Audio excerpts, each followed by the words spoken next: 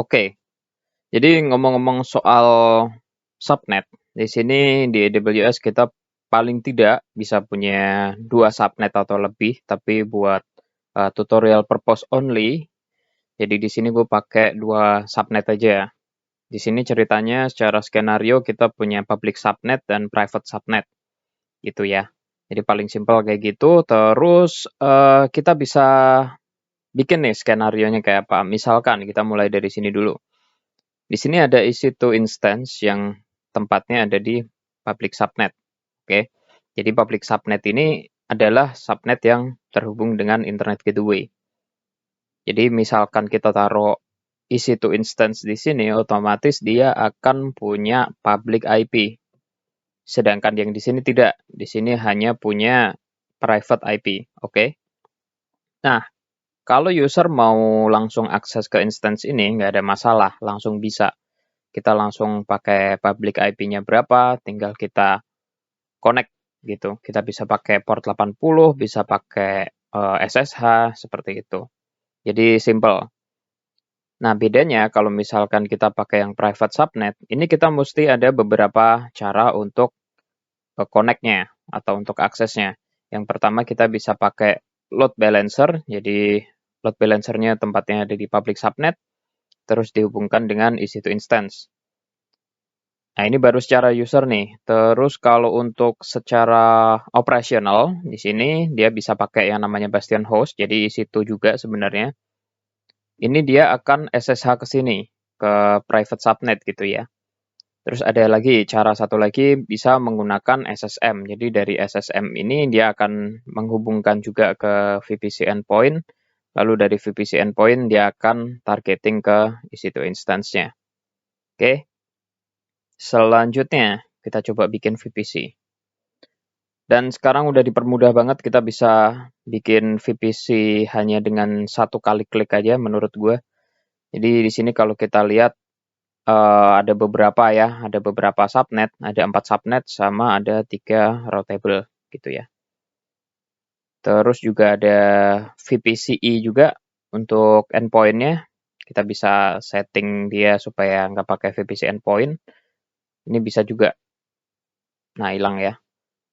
Tapi kita pakai yang VPC only aja karena lebih sesuai sama kebutuhan kita. Kita coba dulu testing VPC namanya ya. Terus header blocknya pakai yang paling simple aja, 0/16 biar banyak. Oke. Testing VPC. Oke, create VPC. Sini. Nah, selanjutnya kita mesti bikin yang namanya routable. Jadi routable ini bisa kita ibaratkan sebagai router gitu ya. Ini misalkan di sini ada routable yang khusus untuk ini gitu. Jadi akan gue kasih ini deh. Nah, ini routable, misalkan warnanya biru. Oke, jadi ini routable khusus untuk public subnet, dan ini adalah yang di bawah kita bisa pakai routable yang khusus untuk private. Nah, bisa dibikin seperti ini juga. Oke, kita coba bikin dulu. Kita masuk ke testing VPC dulu, kita filter, terus kita masuk ke routable. Jadi di dalam routable ini pasti sudah ada defaultnya. Nah, ini subnet association-nya belum ada karena memang belum bikin subnet gitu ya. Oke, kita bikin dulu. Ini kalau kita lihat di bagian routes-nya, ini sudah ada internet gateway biasanya. Nggak ada ya? Oke. Kita bikin dulu deh internet gateway-nya. Create internet gateway, testing IGW, create. Nah, ini udah ya. Terus attach to VPC. VPC-nya kita pilih yang testing VPC aja. Oke. Kita langsung attach. Oke, ini sudah attach ke VPC-nya, tapi belum attach ke routable-nya. Coba kita lihat route-nya. Route-nya kita edit route. Terus kita kasih internet. Ya, destination-nya internet. Dan internet gateway. Dan gateway-nya testing IGW. Oke, save change. Nah, kita bikin satu lagi nih untuk yang private routable ya. Ini gua kasih nama dulu deh biar gampang. testing public RT. Misalkan gini. Terus kita bikin lagi testing private RT. Testing VPC, kita route table create. Nah, ini masih kosong semuanya ya. Belum ada subnetnya, route-nya masih lokal. Oke, di sini kita bisa bikin subnetnya, baru kita bikin subnetnya. Untuk subnetnya mungkin nggak usah banyak-banyak ya, perlu bikin 4 aja paling. Testing, subnet. Nah, ini untuk subnetnya public A, misalkan. Kita lihat dulu nih, untuk VPC, availability zone, kita pilih yang A. Nah, ini biasanya untuk seeder block-nya nih, gue yang agak bingung nih. 10. Oke, kita coba dulu ya. Biasanya pakai ini deh, pakai seeder block.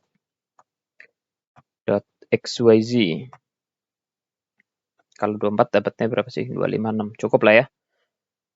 Oke, kalau misalkan dia mau nambah lagi berarti di sini ya. 1, 2. Oke, sip.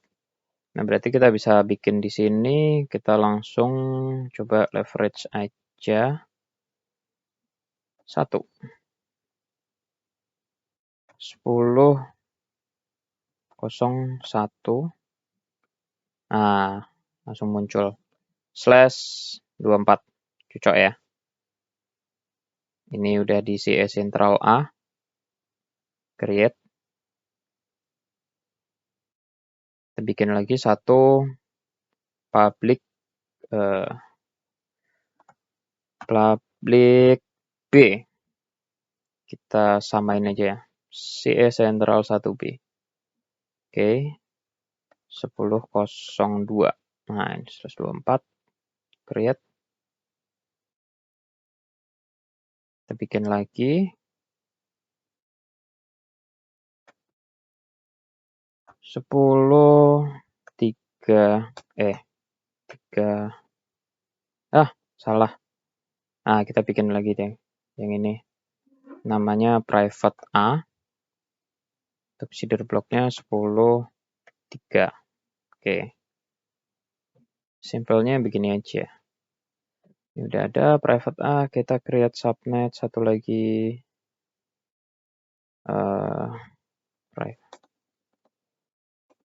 Private B. Di sini tinggal kita pilih yang CE Central B. 10.4 4 ya, /24 create subnet. Nah, jadi di sini kita udah punya ya. Ini namanya public route table. Dan di sini salah. Di sini kita punya private route table. Nah, sekarang untuk masing-masing route table-nya sudah dan subnetnya juga sudah.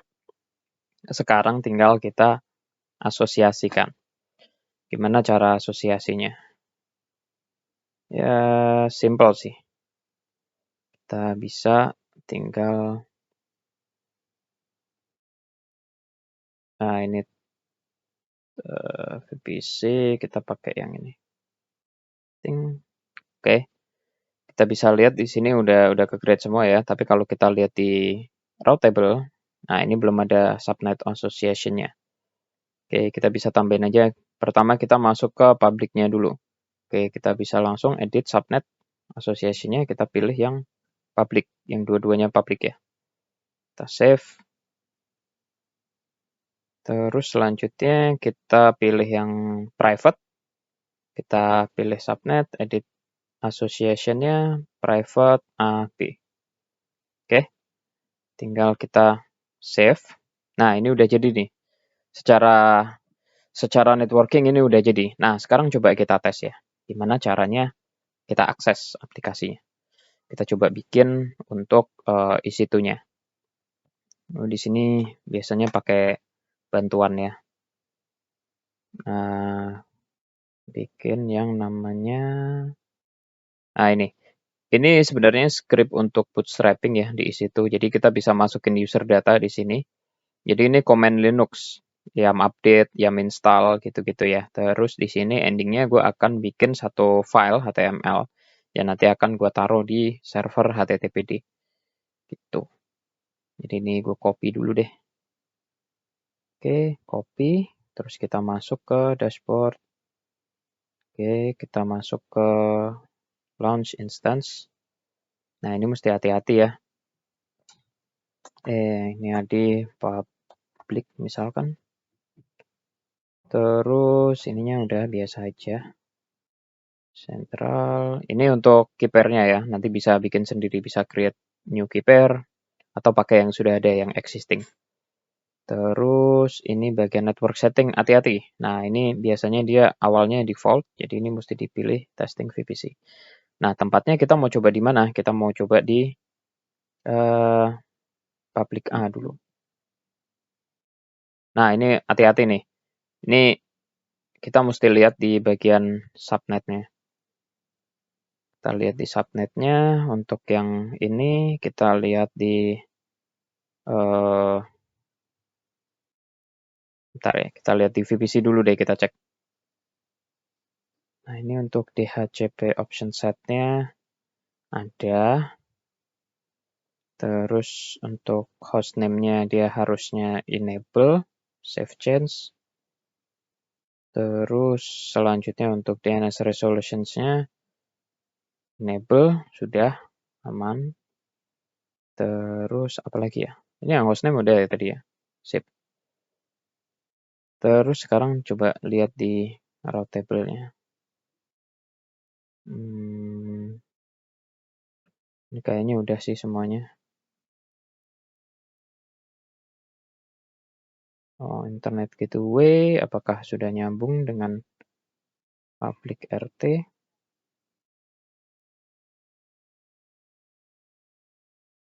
Udah aktif juga. Terus kita lihat di bagian subnetnya.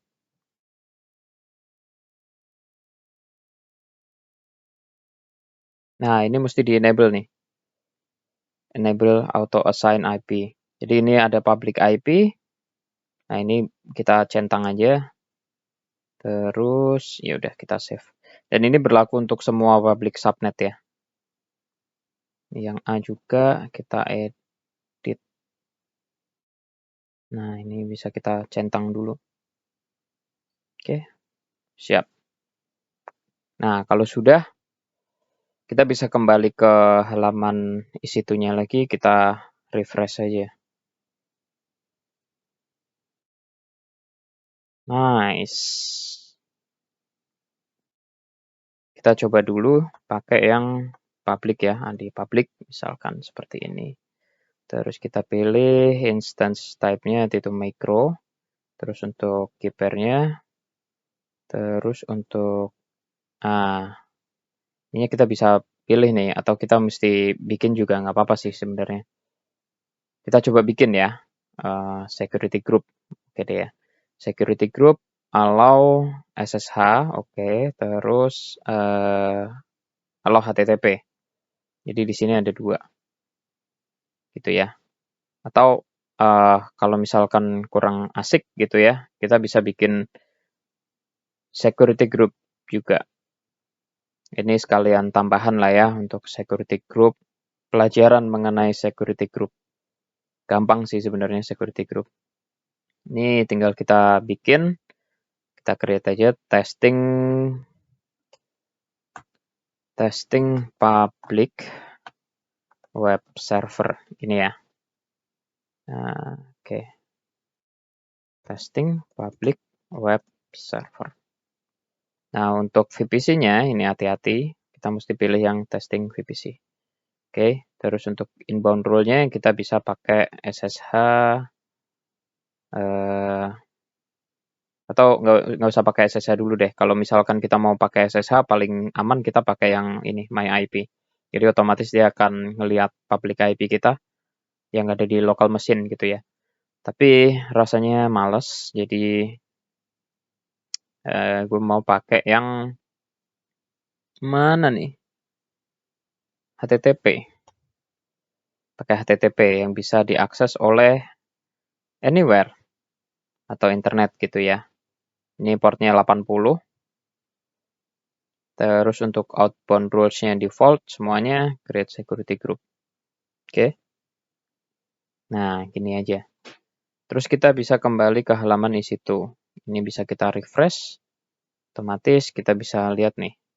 Testing. Nah, jangan-jangan salah. Oh iya, benar.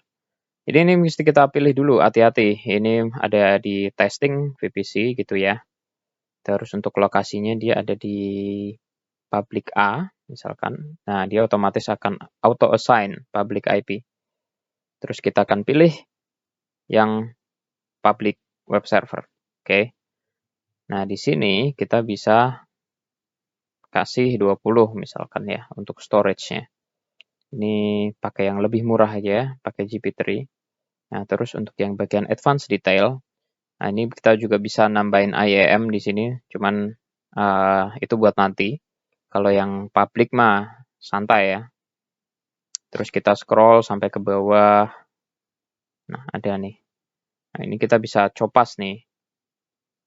Ini yang ada di sini tadi ya. Hati-hati ya, ini yang isi2 bootstrap.sh. Jadi bukan yang V2. Oke, kita pakai yang ini.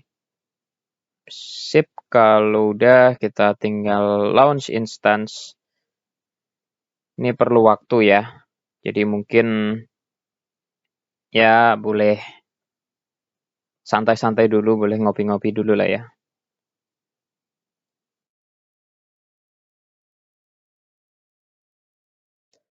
Oke, jadi ini kalau misalkan kita refresh, dia udah status ceknya udah pas. Nah, kita tinggal lihat nih. Kita tinggal pilih yang ini, terus kita coba pilih, copy, terus kita coba cek. Nah, ini otomatis muncul nih, karena dia IP publiknya dia ketahuan. Sebenarnya bahas dari bootstrap-nya sedikit ya. Coba kita lihat di sini. Jadi untuk di AWS sendiri dia punya namanya metadata. Jadi untuk metadata ini kita bisa pull datanya dari alamat ini, dari bla bla bla bla bla bla ini ke latest metadata public IP. Nah, coba kita lihat bedanya sama yang private. Kalau yang private pakainya local IPv4 gitu ya, sama local hostname. Jadi di sini perbedaannya kelihatan ya, jelas. Oke. Terus di sini ada public hostname IP, oke udah ketahuan. Sekarang waktunya kita pakai yang private. Itu ya, kalau yang private, nah ini agak-agak nih. Kita launch instance dulu. Oke. Jadi simpelnya begini, kalau misalkan kita mau bikin private instance yang ada di private subnet, tentunya kita perlu yang namanya NAT gateway. Karena apa? Karena kalau misalkan kita di sini lihat ya, kita lihat yang private ya. Di sini ada yum update, yum install, gitu. Oke.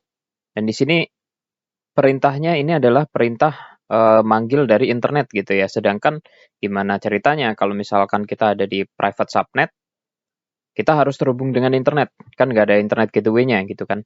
Nah, paling simple kita bisa pakai yang namanya NAT gateway. Bisa kita taruh di sini, bisa kita taruh di public subnet juga ya. Nah, caranya gimana sih bikin NAT gateway? Ya, kita pertama kali harus ngeset di sini dulu, di bagian VPC. Kita cari NAT gateway. Oke, di sini belum ada sama sekali. Create NAT gateway. Testing NGW atau NAT gateway gitu ya. Nah, untuk subnet, kita taruh di public subnet. Oke. Dan hati-hati, ini AZ spesifik ya. Jadi kalau misalkan ini mau kita taruh di sebentar, ini gue cancel dulu deh. Nah, ini kita yang di public tadi ini ya. Ini kalau kita lihat di bagian networkingnya, ini kan ada yang namanya, ini ada di subnet public A gitu ya. Nah, ini kita juga bisa bikin di public A sebenarnya. Kita mesti hafal. Di sini kita mau pakai public A ya. Kita copy aja. Nah, ini public A. Oke, terus ini belum ada IP address-nya untuk Elastic IP. Kita tinggal klik allocate. Ya, otomatis dia akan membentuk IP. Terus kita create NAT gateway. Nah, di sini bagian yang agak aneh. Jadi secara routable ya, secara routable itu nanti NAT gateway akan kita taruh di private. Gitu. Jadi secara penempatan dia ada di public subnet, tapi secara akses dia ada di private routable. Coba kita lihat. Ini masih pending ya, masih bikin ya. Kita tunggu dulu aja, nggak apa-apa. Oke, di sini kalau kita refresh, udah state-nya udah available ya. Artinya ini bisa tinggal kita pasangkan ke routable. Jadi sesuai penjelasan gue tadi, secara routable dia posisinya ada di private routable. Oke, langsung kita eksekusi aja di private RT, di route, add route. Nah, ini kita pakainya NAT gateway, testing NGW. Save change. Yes. Seperti itu. Nah, kenapa sih posisinya nggak ada di ini gitu ya, nggak ada di public routable gitu? Sebenarnya jawabannya karena di sini destination-nya udah ada yang ke internet. Tuh, kalau coba kita bikin pakai ini NAT gateway, coba kita save change pasti error gitu ya, karena already exist. Oke, cancel. Kita pastiin lagi nih untuk yang ini udah benar belum ya. Kita cari di NAT gateway. Ya, tempatnya ada di 88D39. Oke, kita lihat lagi. 88D39. Betul. Oke, kalau sudah seperti ini, kita bisa bikin itu instance yang ada di private. Oke. Wah, ini namanya hampir sama semua, jadi gue bedain deh namanya. Testing di private. Nih ya. Terus kalau kita lihat di sini, ini network setting, jangan lupa diedit, pakainya testing VPC. Nah, terus ini posisinya ada di private A, ya. Lokasinya ada di private A. Oke. Kita bikin security group, apa ya enaknya security groupnya. Atau kita bikin dulu deh security groupnya. Kita bikin lagi. Biasanya yang dibutuhin itu adalah HTTP dan HTTPS dan SSH. Di paling simpel di sini bikin aja testing private security group gitu ya. Testing private. Ini mah nggak usah pakai ini. Ini web server aja deh namanya, web server gini ya. Terus kita add rule, ini SSH. SSH-nya kemana? Nah, ini untuk SSH-nya kita mesti set pakai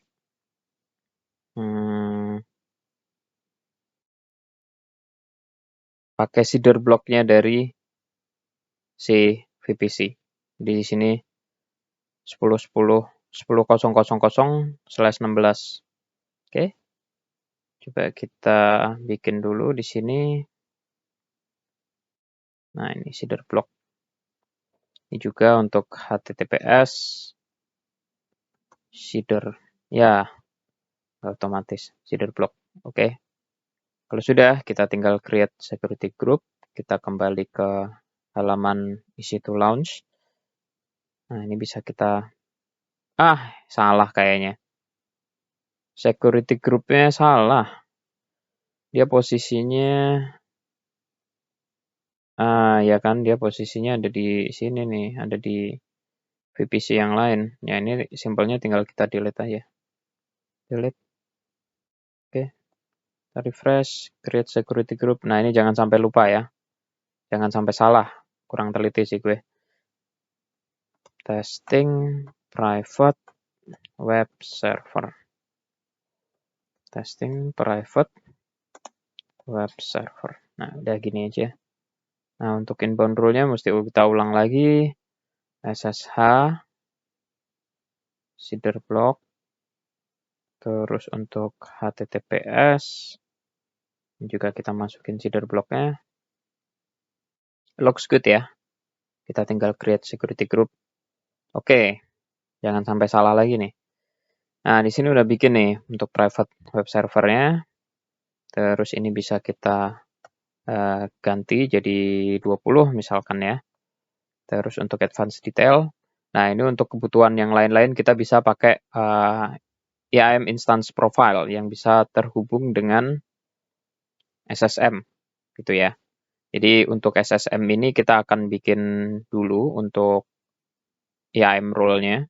Jadi paling simple kita tinggal bikin IAM role di sini.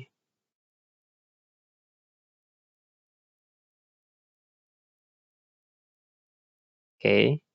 Di sini tinggal kita bikin role-nya aja yang ada di bagian sini. Kita bikin role, terus create role. Ini isi tuh. Jadi kita akan pilih yang namanya SSM. Ya, jadi SSM Manage Instance Core. Nah, ini yang kita pilih nih. Amazon SSM Manage Instance Core. Oke. Kalau sudah tinggal di next. Ini untuk role-nya namanya testing aja lah ya. Testing AD SSM. Oke. Sekarang tinggal kita create role. Gue mau ngebandingin juga nih. RD SSM. Ini yang udah gue bikin sebelumnya. Trusted Entities. Udah benar. Oke. Ya. Simpelnya kita tinggal langsung refresh aja di IAM instance profile-nya. SSM. Coba kita pilih. Di sini ada banyak ke testing ya. Testing AD SSM. Jadi kegunaannya ini nanti kita bisa menggunakan ini untuk di SSM gitu ya. Nanti coba akan kita bikin. Tapi caranya tidak sesimpel itu sebenarnya. Jadi ikuti saja.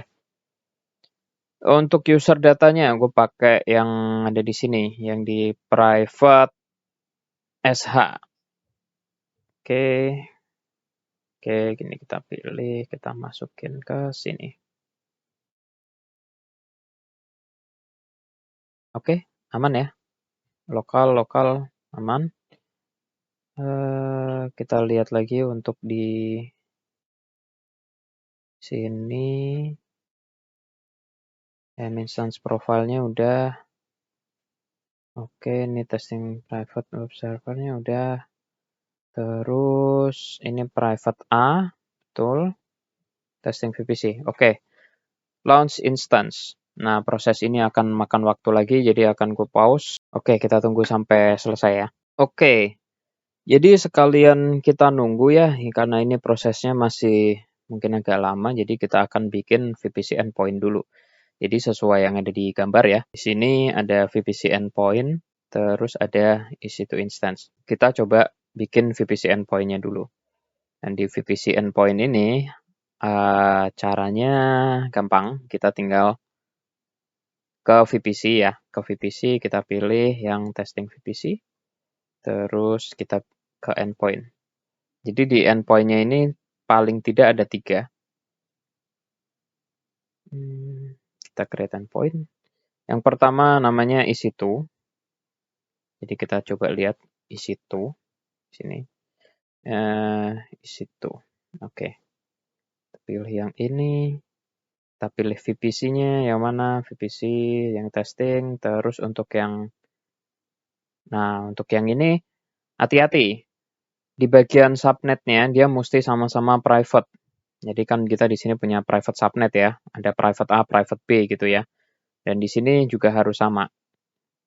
Jadi kita cek private A dan private B. Oke. Kalau sudah, nah ini kita ada lagi satu security group. Jadi security group ini dia harus sama kayak yang ada di sini.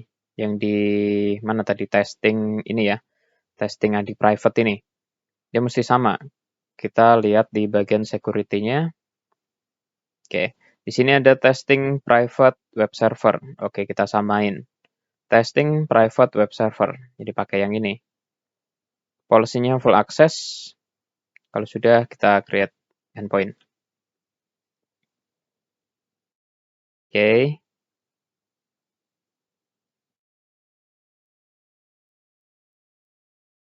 Nah, ini kayaknya biar cepet, gue mau bikin beberapa aja deh. Jadi di sini kita pilih dulu VPC biar langsung simultan gitu maksudnya. Oke. Di sini VPC-nya kita pilih testing semuanya udah. Terus kita ke endpoint.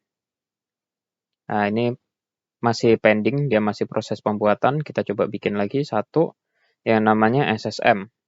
Oke. Di sini SSM. Nah, jadi ada 2 nih nanti yang kita butuhkan. Yang pertama adalah SSM, yang kedua adalah SSM message. Kita bikin ini dulu. SSM. VPC-nya jangan lupa pakai yang testing. Terus di sini juga jangan lupa kita pakai yang private semuanya. Private, oke. Untuk security group-nya kita samain pakai yang testing private web server. Create endpoint.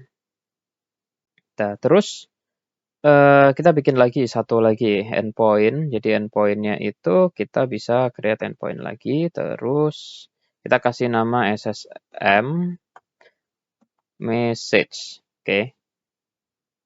SSM message. Oke, di sini kita pilih VPC-nya, testing. Availability zone-nya kita centang private. Terus untuk security group-nya testing private web server. Oke. Full access. Create endpoint. Nah, sekalian kita tunggu di sini.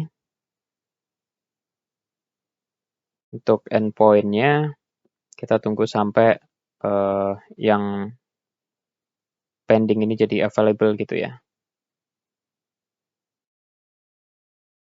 PCID ini masih pending. Ya, tunggu aja. Jadi kalau kita lihat di sini yang sini dulu deh. Yang public IP arti public ini ya yang tadi ya. Ini simpelnya kita bisa langsung connect di sini. Kita pakainya instance connect. Kita bahkan bisa langsung masuk dengan root. Mantap sih ini. Ada satu lagi namanya session manager. Nah, session manager ini tadi yang gue jelasin ini SSM. Cuman untuk connect-nya, aksesnya dia perlu yang namanya VPC endpoint. Oke. Ya. Testing di private connect. Nah, ini jelas nggak bisa karena tidak punya public IP. Nah, untuk session manager-nya dia bisa karena kalau kita lihat di sini dia harusnya sudah bisa ya. Ini ada SSM message, ada EC2, ada SSM. Ini kalau kita lihat ini masih pending, kita refresh. Nah, ini sudah available gitu ya. Kita coba deh connect. Jadi kita connect melalui SSM. Nah, ini kita coba lihat. Kita bisa berubah jadi root juga. Jadi di sini kita simpelnya tinggal ke instalasi dan tempat indeks HTML-nya yang tadi, yang udah kita bikin pakai Bootstrap, isi itu Bootstrap ya, pakai yang ini tadi. Kita cek nih, beneran ada nggak nih? Kita bisa pakai ini aja, pakai katanya. Oke, semuanya udah beres ya, udah aman. Ya, sepertinya sudah aman semuanya. Nah, tapi untuk informasi ini kita nggak bisa langsung connect menggunakan cara seperti ini ya. Ini kan langsung IP-nya bisa nih kita panggil. Nah, kalau di private subnet tidak bisa segampang itu. Kita coba balik lagi ke diagramnya. Jadi di sini user bisa pakai yang namanya load balancer di sini. Jadi load balancer ini tempatnya dia ada di public. Gitu ya. Oke, setelah kita cek dan sudah dinyatakan aman, kita langsung bikin load balancer-nya. Kita coba bikin load balancer ya. Tempatnya di situ, di sini. Langsung coba kita masuk ke di sini dulu, di target group dulu. Kita bikin targetnya instance. Portnya 80, nggak apa-apa. VPC-nya testing. Oke, ini HTTP aja. Next. Nah, testing group. Ya, simpelnya gini aja. Nah, di sini sudah ada public dan private. Kita pilih yang private. Terus di sini ada tulisan include as pending below. Kita coba cek. Nih dia state-nya running, tapi dia masih pending ya health check-nya ya. Kita langsung geser, create. Sip. Apalagi nih? Kita bikin load balancer-nya. Oke, bikin load balancer, create load balancer. Kita di sini bisa pakai yang application load balancer ya, yang ini. Namanya testing LB. Nah, jangan lupa ini internet facing, jangan yang internal. Kalau internal sama aja, dia pakai private IP kan ya. Oke, aman semuanya. Nah, ini bisa kita pilih yang testing VPC. Kita lihat nih, permasalahannya dia belum punya security group. Oke, tidak apa-apa. Kita bikin dulu di sini security group. Security groupnya namanya testing LB. Ya udah testing LB aja. Testing LB. Terus VPC-nya jangan lupa. VPC-nya pakai yang testing. Oke, add role. Nah, ini kita bikin simple aja HTTP. Ya, HTTP-nya bisa ke internet. Wih, mantap. Oke, dari sini. Rasanya sudah aman semuanya. Kita tinggal create security group. Nah, terus kita juga bisa memanfaatkan yang namanya reference security group. Oke. Di sini filter dulu.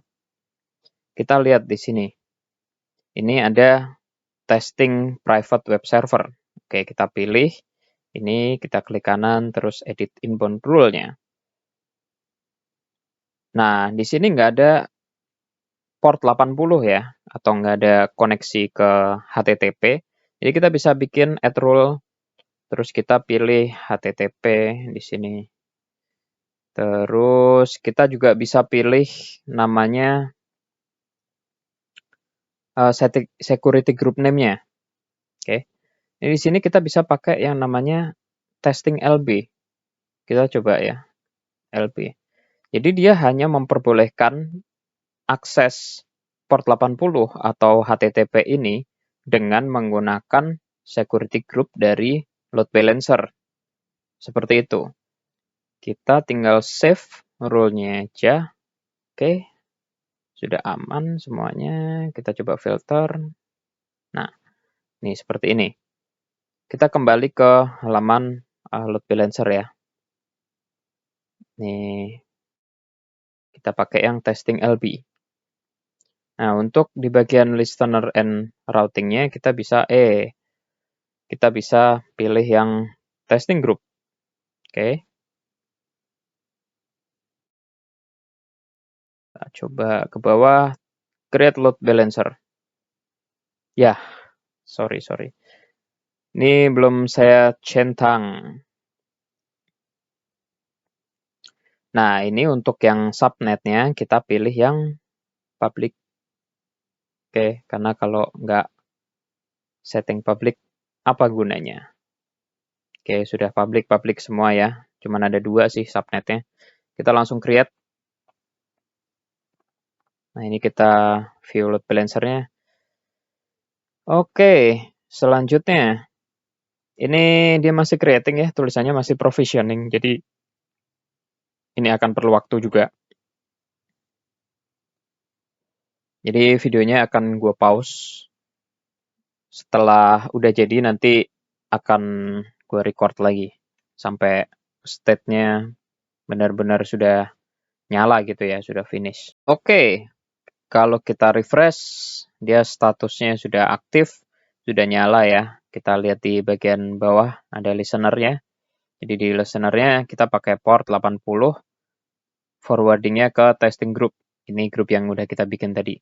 Kita kembali ke description, kita tinggal copy, terus kita coba bikin incognito window.